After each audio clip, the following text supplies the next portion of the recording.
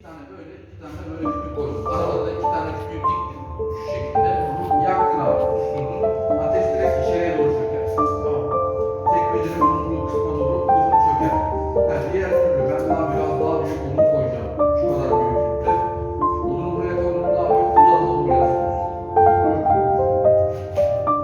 Camlar viskoseramiktir abicim. Darbede kırılır. Su vesaire hiçbir şekilde kırma şansın yok abi bu camları. Camın özelliği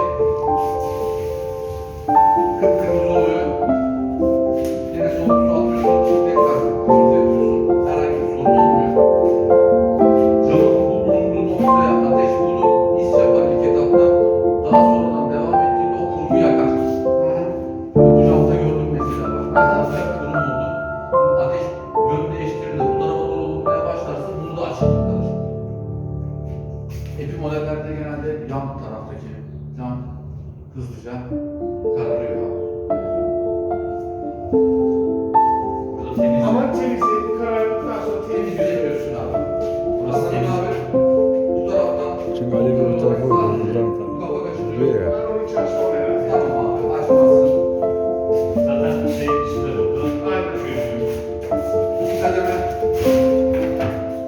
çürükler bu şekilde yaptığında ufak bir hava sirkülasyonu bu şekilde yaptığında bir tık daha yüksek bu şekilde yaptığında tam arka. Kazanı bu şekilde 45 dakika yakabilirsin abicim. 45 dakikadan fazla yakarsan içerideki bir sobasına zarar verirsin. Onu baştan belirteyim. Kazan zaten şu an ısındı yaklaşık 25-30 dakika önce yaktık kazanı. Gel abi. Bak. Kazan yanıyor. Var mı ısınma? Şu an soğuyacak. Bir şuradan böyle. Uzan abi. Evet. Uzatabilir. Gördün mü abi? Üstadlar aslında. Katlara çıkalım. Gel abi üst katına da bakalım. Tamamdır.